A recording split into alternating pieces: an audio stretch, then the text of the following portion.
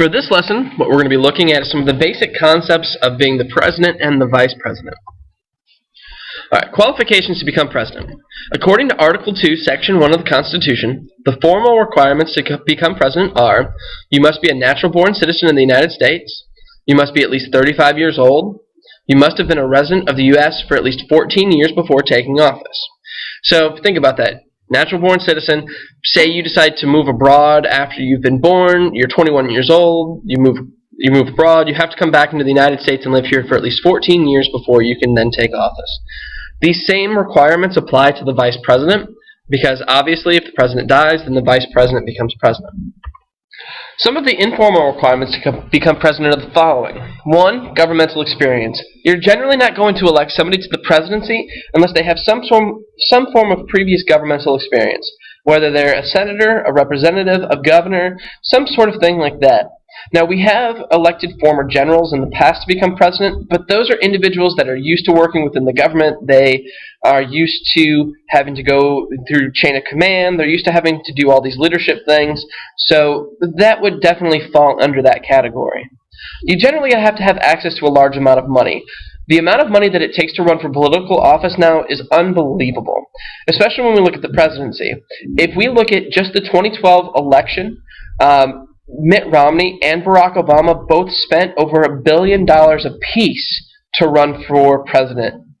You generally have to have a more moderate political disposition. Most people in the United States are either just right of center or just left of center if you were to look at a political spectrum. Very rarely do you see somebody who has an extreme political position where they're going to be able to get a broad base of support. So if you're either really far left or really far right, the likelihood that you're going to find enough support to be able to win the presidency is not very high. Also, when we look at it, most of our presidents are middle class and most are Protestant. All right. Salary and benefits. The salary that the president makes a year is $400,000. They get a travel allowance of $100,000 a year, and that's for official duties only. Salary cannot be changed during a president's term. So Congress would be the one that would be responsible for passing laws to deal with a president's salary. And the reason that that is in place is, say that there's a president who's unpopular with Congress. Congress can't just get rid of his salary just so that they can manipulate him into doing what they want them to do. All right. Some of the other benefits that the president enjoys is they get to enjoy Air Force One, other planes, helicopters, and limos for transportation. Here's a pretty cool graphic that shows you all about what the president's limo is like. So if you want to look at this a little bit more in detail, go ahead and hit pause here. Here is a pretty cool graphic that shows you Air Force One and kind of the things that go along with Air Force One. So once again, if you want to take a closer look at this, go ahead and hit pause here. All right. Other benefits that the president receives. The president receives free health care. They get to live in the White House. They have a cooking staff and domestic staff. They receive $148,000 a year for retirement. They are given free office space in which they can have people that work for them, especially after they retire, people that do read mail and things like that, and do those kind of clerical jobs. They get free mailing services, so that's like the franking privilege we talked about with congressmen, and they get up to $96,000 a year for office help. The president is the commander-in-chief of the military. This means that the president is in supreme command of the country's armed forces.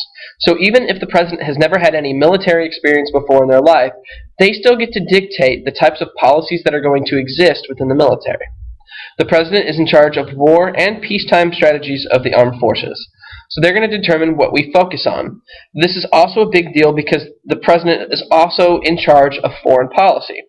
So we look at it, we used to be very Eurocentric. We used to very much focus on Europe and what was going on in Russia and things like that with our foreign policy. We're currently starting to shift more to looking at what's going on in Asia because of the rising world power that is China. So it's the president that gets to dictate and determine kind of where we're going to focus our foreign policy and our armed forces.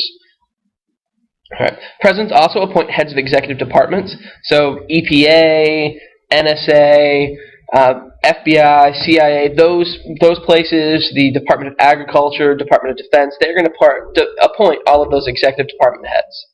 they're going to appoint federal court judges. Now, one of the things we got to keep in mind here is that that's not just the Supreme Court. They are going to appoint federal court judges, and the district level, at the appellate level, all of those different places is where the president is going to put those people into those positions. They're going to appoint other top officials. They're going to conduct foreign policy like we just talked about. They're going to make treaties. Now remember, treaties have to be okayed by the Senate, but they're the ones that are responsible for making treaties. And a lot of times they're going to use the State Department and the Secretary of State to negotiate a lot of those things. They're going to meet with other heads of state, so other presidents, prime ministers, kings, things like that. They're going to come in, they're going to meet with them, they're going to appoint ambassadors, and then they're going to host foreign officials as well. Alright, presidential succession. Remember that the presidential succession is established by the 25th Amendment. Alright, so the ones that you need to know are highlighted in yellow. If the president dies, then the vice president becomes president. If the president and the vice president die, then the Speaker of the House becomes president. If all three of them die at the same time, then the president pro tempore becomes president. And if all four of them die, then the Secretary of State becomes president. Now, one of the things that I want to point out, and we'll talk about it when we talk about cabinets later on, is that Secretary of State, Secretary of Treasury, Secretary of Defense, and the Attorney General, all four of those positions are positions that we would refer to as the inner cabinet. And we'll talk about the significance of that a little bit later, but that's definitely something that you want to keep in mind, that the Secretary of State, Secretary of Treasury, Secretary of Defense, and the Attorney General are part of the inner cabinet, and those tend to be the people that are considered to be the most trusted cabinet members. All right, the Vice President.